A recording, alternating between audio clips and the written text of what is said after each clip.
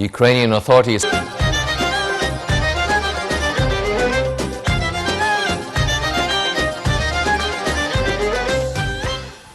Welcome back, our dear viewers. Our guest today is a very special guest. Actually, her study helps in cancer treatment. Dr. Sarah Hegy has recently been honored for her research in cancer studies in Germany. Also, she is a life coach and leadership and performance coach. We'll be shedding light about all that in our interview. Dr. Sarah Hegy, leadership and performance coach and award-winning scientist. Thank you so much for being with us today. Thank you. It's my honor and pleasure, and it's Sarah Hegy. Yes, Sarah Hegy. Dr. Yes. Sarah, what is the difference between the science of life and human studies such as resources management? Okay, so I have been studying research for all of my life, basically, so since I graduated from high school. And the point is that I could see how research could contribute to creating results. And yeah, the whole thing is you analyze what's going on, you take a look at how are things the way they are, and then it gives you vision and direction to where you want to go. So doing research really supports you in setting a vision for yourself in whatever thing you're dealing with. And when we study natural sciences, we take a look at the environment and what's going on in the environment, and then we create like associations, and then we take a look at ourselves. Are those associations true? And when we do human development and human resources, we do exactly the same. We study the science of the brain. We study how people perform. We study what affects their performance. And then we take a look, we derive some theories and factors that help support that.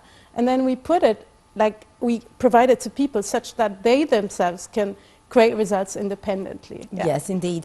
What is the secret, Dr. Hegy, of your success and the factors that helped you in maintaining your practical progress? Yeah, so I've been very blessed, privileged, and honored all my life to have been seeking this excellence. So ever since I was a little girl, I had this vision. I had this vision that I wanted to contribute to humanity. Yes. And I was so in love with leadership, but I didn't know how. And how did you succeed in mixing both the scientific research and your success in discovering a cure for cancer, and on the other hand, the humanitarian and leadership domain, which is different, and how did you mix both?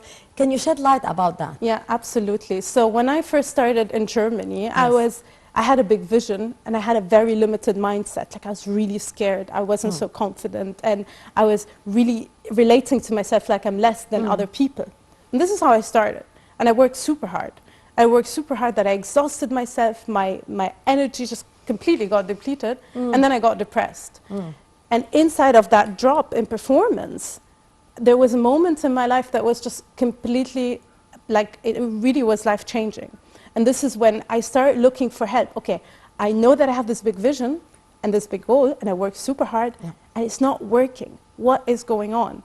And inside of that commitment, I met my coach. And when we started working together, I really discovered the sources of my worry, my fear, and I discovered that all the time, I'm just being super scared. And this affects so much my performance. And once I cleaned that up, I was able to perform with more focus, with more clarity. I was contributing. Sorry for disturbing you here, but I just don't want to skip this very important part. How did you succeed in clearing this mess that you have been through, and this shift that you have been through, and to what extent here the mindset could be reflected on who you are and your health and your behavior and your performance? Brilliant. So if we can create like a triangle, and we can call it the outcome triangle. So at the very end of this triangle would be the outcome that we have reached in life. Okay, whether it is I'm in a happy relationship, I had a great PhD, whatever it is. And this outcome is dependent on the actions that I take and the mindset that I have. So if every day I'm working, I'm feeling happy or I'm feeling excited, then I just go to the lab, I do my stuff and whatever. And underneath this and that, this layer, like the mindset and the actions, there comes the belief So what is it that I believe about myself at any given particular moment in life is what dictates my mindset and my actions. So the point is, when I first went to Germany, for example, I just experienced feeling less than my German colleagues, than my German professors. Yes. So I would just really go and talk want to to my prove yourself professors. here. Exactly. And proving myself is coming from a desire to prove something, while inside I'm scared that I am not that. So I'm working super hard to prove something that I'm not, right? So this is the point of proving something. It just doesn't work. And when I really distinguished, so the point of the coaching conversation is that it's a discovery conversation. So it's seeing something that is previously unseen or unknown. Now, I didn't know that I was believing that I'm less than other people. And once I saw that, and I start looking at where is this coming from, and I just saw that it's coming from my past experiences in life. I was like, why is it important for me to believe something that I am not, and it doesn't serve my vision, you know? And so once I distinguished that for myself, I was able to create a new choice. That is, okay, I choose to believe that I'm confident and I'm capable. And inside of fostering this new belief, it then creates new mindset, new actions, and it gives you different outcomes. So this is really really the critical part of the coaching conversation. I cannot tell you, okay, you have to believe, you should believe this, this, and that. No, what I say doesn't make any sense. But you yourself have experienced life in such a way that has led you to create certain decisions for you. And once those decisions play on repeat, like a cassette, it becomes very automatic, and it turns not only like a decision, but it actually turns into a belief. And this belief functions in the background of your everyday life without you knowing. So unless you shed light on, okay, this is why I'm feeling so stupid all the time when my professor talks, because I don't have the knowledge. I could just say, you know what, I don't have the knowledge, I'm sorry, can you please support me? Instead of just saying, I feel so stupid, I don't understand, I cannot really talk to this person, what am I doing here, I'm in the wrong place, blah, blah, blah, blah. Yes. You know, all of these things that we say in our head, that operate on, on automatic mode, basically. Yes. And this is the power of the coaching conversation. It gives that to people. And really, the mindset and what I saw for myself, because I started off super low. I was one of the top performers here in the German University in Cairo, where I studied. And then I went to Germany, and I experienced such a sudden drop in performance. And how do you justify this drop in performance while you were doing great here during your studies in Egypt? Then you traveled there and you witnessed a drop. And how did you return back to the top? Have you ever heard the term survival? Yes. Yes. So survival is basically the human experience where I experience that something is after me and attacking me, right? Like, so I have to run all the time. So I'm driven by fear to run away from something. And when I went to Germany, I was like, oh, look, I don't have the knowledge anymore. There's such a big gap in performance. I am not... Because you were comparing yourself to the people there, or your colleagues there. Yes, exactly. And this all created such a negative experience for me. And it had me blow up. You know, we all have a cassette, right? Like a good cassette that says you're doing a good job, and a bad cassette that says, oh my God, you're so worthless. What are you doing here? This is it depends which voice is louder. Exactly.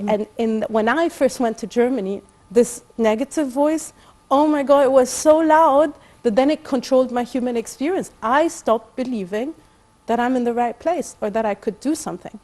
And then what did I do? I started taking actions, right? Like talking to people and like asking for internships. And then I started experiencing difficulties from people, you know, like from my supervisors or whatever. I'm like, see, I told you, I don't belong here, you know, like this is so terrible and all of this. So I started feeding this negative, you know, cassette that I would say it is. And then it just ruled everyday life. And like that, I couldn't perform any longer. So I just got depressed. I stopped being happy because there was nothing to be happy for. Yeah. And then after that happened, and I started looking for empowering sources of help. You know, I went to, because everyone was saying, okay, you're severely depressed, you need to do something about it. And I was so scared, like, what do I do? This is the first time in my life, and it's such a critical phase for me. And I went once to a therapist, but only once, yeah? And I was like, I didn't hear something that was inspiring, that had me take a look like I'm powerful and capable.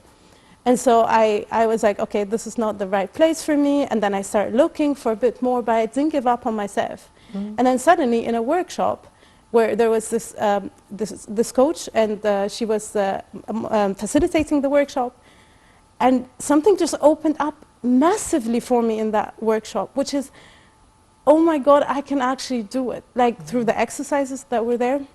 And so after we finished the workshop, she went to talk to me, and she was like, I would love to support you. I'm like, oh my God, yes, absolutely.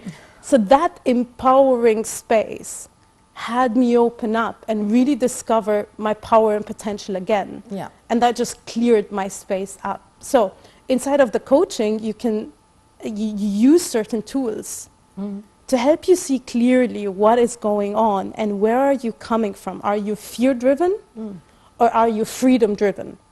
And the difference between this and that is like, they are like two exact opposites. How can you shift from being fear-driven to being free-driven? Yeah. So first of all, I always tell my clients it's like the door, and the door has a handle, right? And so for you to get out of the door, you need to actually tell the truth about it. So I had to stop and really acknowledge, okay, it's not working. I feel super shitty. This is not like where I should be, and I deserve better. So that moment where I was like, I deserve better, was the moment that I told myself the truth. Okay, I'm not in the right space that I envision myself, and I deserve better. So let me see, what can I do about it? So once you tell the truth, something opens up. But if you are just complaining about it, and like blaming each other or blaming someone else or blaming yourself, you're judging yourself, you don't get that clarity. So once you get that clarity, it's exactly like opening the door handle. So And it's then always about you have yourself, not about someone else, not to blame or to have a scapegoat. Exactly, yeah. So once you just confront the reality of what's going on. So the reality of what was going on is that I was having challenges in the PhD, and it has been going on for some time, and I have been suppressing it. It's like, okay, don't worry, I'm leaving anyway soon, blah, blah, blah, blah. And then like all this negative talk is exploding in the back.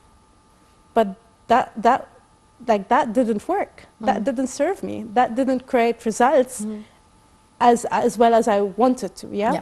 So telling the truth to myself and working to develop myself had me then empower myself and develop my leadership with my bosses. So a lot of times as expats, specifically as expats, once you have some cultural change, some language change and whatever, you just have this gap between you and the other people, especially if they are from authority, like, or they are like authoritative, or they are your boss or whatever. And then you just block yourself entirely. This is what most people do. And I didn't. I gave myself the confidence in the safe space to express what was going on for me. And that really empowered me, such that they were able to help me because they really want to. See, when people travel abroad, they're given real, true opportunities. But they shut themselves out, and therefore it affects their performance and the kind of opportunities that they're given. So, Dr. Hegy, you were awarded as well an award from the Heidelberg and the German Cancer Research Center. Can you tell us about this award and how did it affect or have an influence on yourself as well? Yeah, so it actually happened after I finished my PhD. So I finished my PhD and I knew I don't want to continue in academia for some time. And your PhD was about what? The subject of your PhD? Yeah, it was about the effect of hormones on stem cells. So Yeah. the effect of sex hormones on non-stem cell, non-sex organs, yeah, such as the intestine. So what I did is I finished the project, and I knew already since 2015 I don't want to continue in academia. But what do I do? After finishing all these years of No. studies, So such a big decision. I know, and I also had this idea, okay, I want to do good research, and this was my goal from the beginning. I want to succeed in creating like a good paper that I would be known for, and this was my goal. And I knew that I don't want to continue in academia, so like as a professor or something, but I wanted to achieve that goal. And I'm so privileged and honored, and I'm very grateful that I was able to see the pathway to achieving my goal. And inside of that, without knowing, I created a success story. And after I finished the PhD, I was like, okay, I love this so much, what happened to me. How come other people don't know about this? Especially that when I started my PhD, I knew going there that the probable almost certain future of people there is that they suffer depression, they hate themselves and their lives, they hate their project. So it was really dark, you know? Yes. This was like the reputation about it. And when everything just happened to me the way it happened, I was like, I want to give that to people. And this was the vision that drove me building my business. And so a few months in, then I saw this prize, and my bosses, they said, okay, we want to nominate you for that prize. And I was like, okay, cool, we do it. And yeah, luckily I had also, so we wrote a grant for my project, for my scientific project, after it got published, because it got published in the best academic journal in the world. Indeed. Yeah, and we were given this big grant, so for $2.7 million. And inside of that, then my bosses said, okay, we nominate you for this prize, you did such like great job and stuff like that. And they did nominate me, and I won it. And it was such an honor to have, because I had started off with a really simple project. Like, no one believed that this project would turn into a good paper, actually.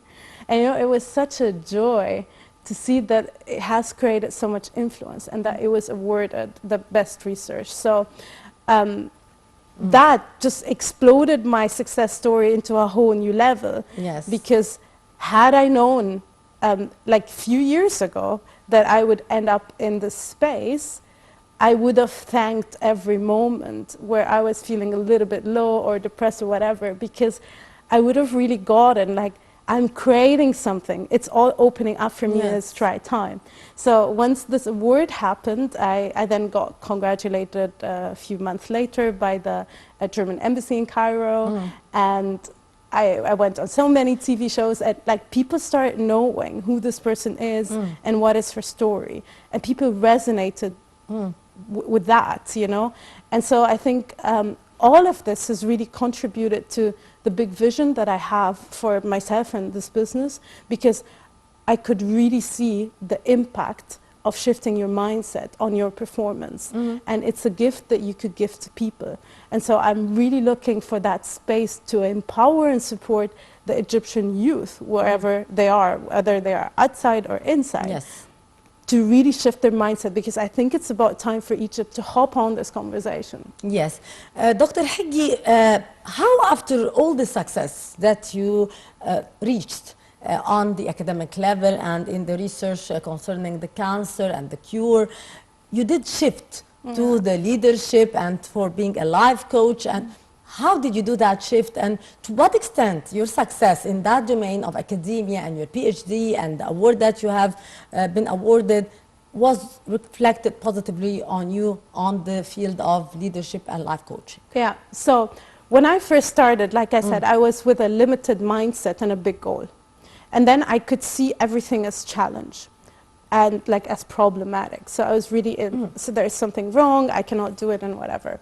And through the coaching conversation and the development that I took all of these years for myself, I distinguished 5 critical factors that when they are there, they give your mindset the space to break its limits such that you get expanded in your results and your leadership. So the 5 factors are belief. So you really need to distinguish the self-limiting beliefs that you have about yourself and really start believing something that empowers you and from the core, you know? Yeah. So that's the first thing. The second thing is developing your communication. So if I did not develop my communication with myself and with other people around me, with my environment, with my bosses, I wouldn't have had the clarity and the power that allowed me to work in partnership with them. And the third thing is accountability. So I learned that my boss is my partner. Yes. And it's not really like someone who's just like scolding me when I do something wrong. But really, I discovered my boss and the people around me as partners. And that really allowed that, creating that accountability and giving myself the space to be immersed in that has really allowed me to take on their experience as mine. You know, we were working together for something. And so the fourth thing is performance. I really could distinguish my myths about performance. So when we grow up here in Egypt, for example, we work super hard. You know, like primary school, middle school, high school, you work super hard, get the best scores, get the best universities, and now what? You have programmed your mind to just work super hard. And you stop being in life, you stop enjoying life, enjoying yourself and experiencing fulfillment. And that is not performance. That is just like pressure pulling, yeah? It's definitely not performance. So once you really develop and distinguish the conversations that you have about performance and shift them into empowering conversations about performance, it just really opens up. Yeah? And the fifth thing that I really saw is passion, leading from passion. And it's not like, again, it's not like leading because I should be finishing this paper and I should be having a PhD. No, it's leading because this is my passion and my dream and my commitment. And this is how I devoted myself, you know, like, and inside of leading with passion, my bosses would see that and they would give me the space to do things that normally they wouldn't give to other people, you know? And so I hope I said everything. So like belief, communication, performance, accountability, and passion. And those 5 factors, once you put them in whatever field, whatever career, it just empowers you so much that you start creating results. So when I finished my PhD, I like broke through the cycle from survival to, wow, like I'm so fulfilled, I want to give that to people. And then I started looking, how can I even give that to the whole world? And so I started again with a big goal, limited mindset. And I started the whole process for myself in building my coaching business. And so I hope that like years later, people could see that I'm a living proof and I'm like what's possible in life, a conversation about what's possible. And that I'm a living proof that you can do whatever it is that you say you want if you put your mind to it and you do the work and you like develop those factors that I just said. Yes, indeed. Dr. Sarah Hegy, Leadership and Performance Coach, award-winning scientist. Thank you so much for being with us.